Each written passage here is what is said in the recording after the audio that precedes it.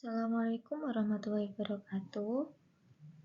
Pada pertemuan kali ini, saya Umi Fadilah, mahasiswa PPG Prajabatan Gelombang 1 PGSD Universitas PGRI Semarang, akan memaparkan hasil mengenai ulangan akhir semester mata kuliah pemahaman tentang peserta didik dan pembelajarannya.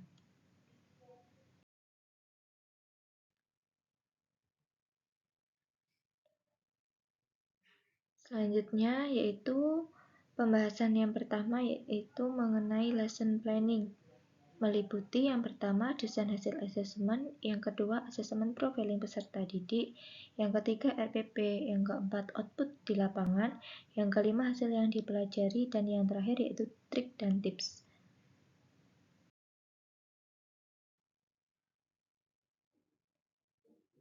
Selanjutnya yaitu tentang desain hasil asesmen. Petunjuk. Yang pertama, pilihlah salah satu peserta didik yang akan diamati atau diobservasi. Yang kedua, amati dengan cermat perkembangan peserta didik di sekolah PPL, baik saat kegiatan pembelajaran di dalam kelas ataupun kegiatan di luar kelas. Yang ketiga, amati dengan cermat interaksi peserta didik dengan guru, teman sebaya, dan lingkungannya di sekolah PPL, baik saat kegiatan pembelajaran di dalam kelas ataupun kegiatan di luar kelas. Selanjutnya, nilailah perkembangan peserta didik dengan memberi tanda centang pada aspek yang diamati atau diobservasi dan berilah keterangan. Yang terakhir, nilailah perkembangan peserta didik sesuai dengan kondisi sebenarnya. Kemudian, pedoman observasi yang selanjutnya yaitu tujuan dari observasi. Dalam observasi ini, observer mengetahui tentang yang pertama perkembangan kognitif Pease, yang kedua teori perkembangan sosial emosional Brun van Brenner dan Erikson, yang ketiga etnik dan kultural peserta didik, yang keempat minat belajar peserta didik, yang kelima kemampuan awal belajar peserta didik, yang keenam gaya belajar peserta didik, yang ketujuh motivasi belajar peserta didik, yang ke-8 perkembangan moral peserta didik, yang ke-9 perkembangan motorik peserta didik dengan memperhatikan isu-isu perkembangan pada peserta didik.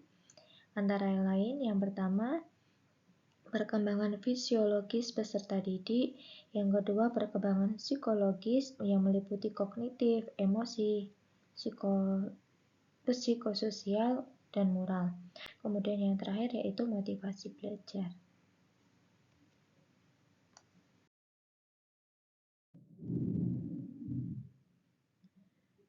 Selanjutnya yaitu mengenai asesmen profiling peserta didik di SDN Plamongan Sari. Peserta didik yang pertama yaitu Vaniel Aryana. 1. Menurut teori Pease, tahap operasional konkret yaitu umur 7-11 tahun. Hasil pengamatan, peserta didik memiliki antusiasme yang tinggi saat pembelajaran, kemudian selalu memperhatikan materi pembelajaran yang disampaikan oleh guru, kemudian memiliki hasil belajar yang memuaskan, terbukti rata-rata mendapat nilai lebih dari 80. Kemudian yang terakhir, secara fisiologis peserta didik memiliki tinggi badan 150 cm dan berat badan 45 kg. Kemudian yang kedua yaitu menurut ekologi Brun van Brenner, yaitu sistem lingkungan yang mempengaruhi Vaniel Aryana yaitu mikrosistem. Pasalnya, interaksi terjadi dalam waktu yang cukup lama antara individu dengan lingkungannya seperti keluarga, rekan sebaya, sekolah, dan lingkungan. Kemudian hasil pengamatan, yang pertama, aktivitas kesehariannya di sekolah dilakukan dengan belajar sambil bermain dengan teman sebayanya. Kemudian, yang kedua, peserta didik menjalani pergaulan bersama teman-temannya dengan rukun, bahkan peserta didik tidak pernah bertengkar selama sekolah.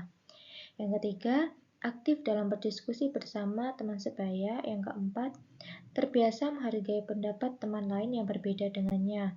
Yang kelima, meskipun Vaniel satu-satunya siswa yang memilih agama minoritas dibanding yang lain, dirinya tetap merasa percaya diri dalam mengikuti pelajaran. Kemudian yang keenam, lingkungan dalam teks tidak membeda-bedakan adanya perbedaan kepercayaan.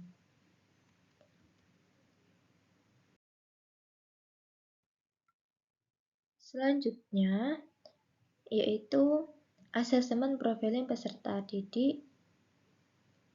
Yang ketiga yaitu teori perkembangan rentang hidup atau Erikson. Pada tahap ini, yaitu hasil pengamatan, yang pertama merasa senang dengan pembelajaran yang peserta didik ikuti. Yang kedua memiliki antusiasme dalam diskusi saat di dalam kelas. Yang ketiga giat belajar di sekolah maupun di rumah. Kemudian yang keempat tentang sosial konteks perkembangan. Hasil pengamatan yaitu dari keluarga, teman sebaya, dan sekolah. Selanjutnya yang kelima, perkembangan moral. Hasil pengamatan yaitu mentaati tata tertib sekolah, hormat kepada bapak ibu guru, bersikap baik kepada semua teman, dan menghargai perbedaan pendapat maupun perbedaan latar belakang. Ya, selanjutnya yaitu peserta didik yang kedua yaitu Ananda Yusril dan Zurhab. Menurut teori Peirce, hasil pengamatannya yaitu memiliki antusiasme yang sangat tinggi pada saat pembelajaran, kemudian selalu memperhatikan materi pembelajaran yang disampaikan oleh guru. Yang ketiga, peserta didik memiliki hasil belajar memuaskan, yaitu terbukti rata-rata mendapat nilai lebih dari 70. Kemudian yang keempat, secara fisiologis, peserta didik memiliki tinggi badan 150 cm dan berat badan 45 kg. Kemudian, yang kedua, menurut teori ekologi Bronfenbrenner, hasil pengamatannya yaitu aktivitas keseharian di sekolah dilakukan dengan belajar sambil bermain, yaitu dengan teman sebayanya. Kemudian, menjalani pergaulan bersama teman-teman dengan rukun, tetapi jika tersinggung dia akan meluapkan kekesalannya. Selanjutnya, yang ketiga itu peserta didik kurang aktif dalam berdiskusi bersama teman sebayanya. Yang keempat, jika ada teman yang berpendapat peserta didik hanya cuek membiarkan. Kemudian yang kelima, Zuhdan berasal dari tempat tinggalnya ini di rusun, yang mana notabene memiliki kehidupan yang lebih keras. Tetapi ketika di dalam kelas, dirinya tetap dapat bergaul dengan sebagaimana mestinya, yaitu tetap rukun bersama teman sebayanya. Kemudian yang keenam, meskipun Yusril itu tempat tinggalnya di rusun, yaitu yang mana latar belakang orang-orang beragam, tetapi Zuhdan tetap memiliki pendirian karakter yang bagus sehingga ia tetap sopan di sekolah. Kemudian yang terakhir, tinggal dia di lingkungan rusun yang memiliki situasi ramai tidak mematahkan motivasi belajar Zuhdan. Selanjutnya yaitu yang ketiga, teori perkembangan rentang hidup Erikson. Hasil pengamatan yang pertama merasa senang dengan pelajaran yang peserta didik ikuti. Kemudian yang kedua memiliki antusiasme dalam diskusi saat dalam kelas. Yang ketiga giat belajar di sekolah maupun di rumah. Yang keempat mengenai sosial konteks perkembangan. Hasil pengamatannya yaitu dari keluarga, teman sebaya, dan sekolah. Kemudian yang terakhir yaitu perkembangan moral. Zuhdan memasuki tahap penalaran moral konvensional, yaitu terbukti dari hasil pengamatan. Yang pertama mentaati tata tertib, yang kedua hormat kepada bapak ibu guru, yang ketiga bersifat baik kepada semua teman, yang keempat menggunakan bahasa yang santun saat berkomunikasi dengan guru, yang kelima yaitu menyapa guru apabila berpapasan, dan yang keenam yaitu menghargai perbedaan pendapat maupun perbedaan latar belakang. Yang selanjutnya yaitu mengenai perangkat pembelajaran. Dalam ini perangkat pembelajaran yang sesuai karakteristik peserta didik tersebut yaitu materi pecahan dengan menggunakan pendekatan saintifik, TPACK dan 4C Kemudian kolaborasi 4C itu meliputi critical thinking, communication, collaboration, dan creativity. Ya, selanjutnya menggunakan model PJBL dengan metode demonstrasi, ceramah bervariasi, tanya jawab, dan diskusi.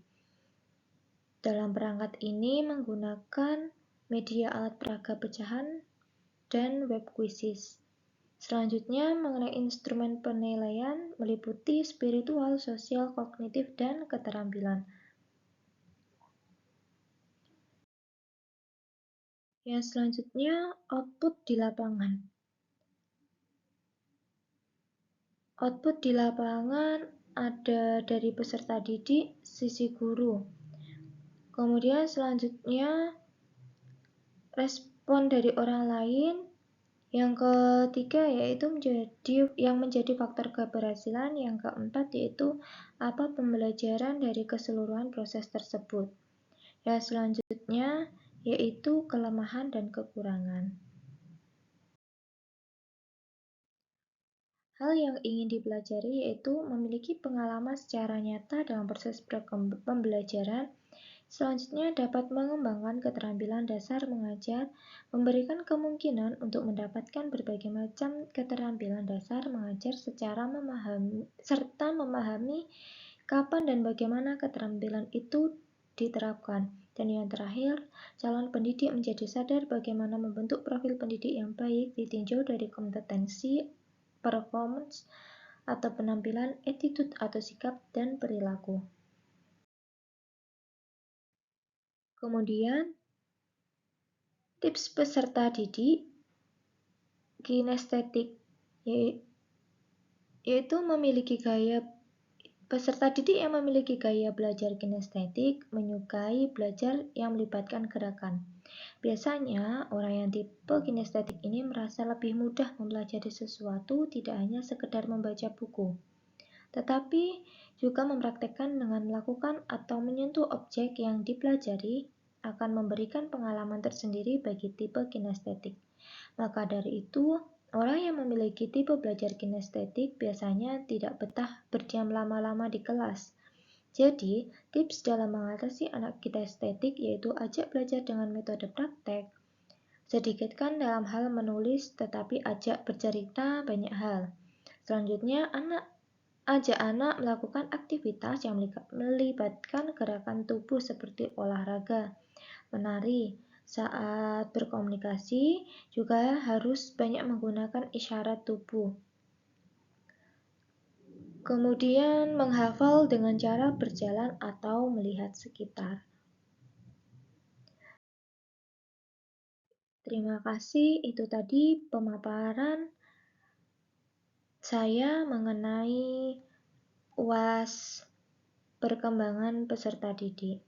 Sekian dari saya. Wassalamualaikum warahmatullahi wabarakatuh.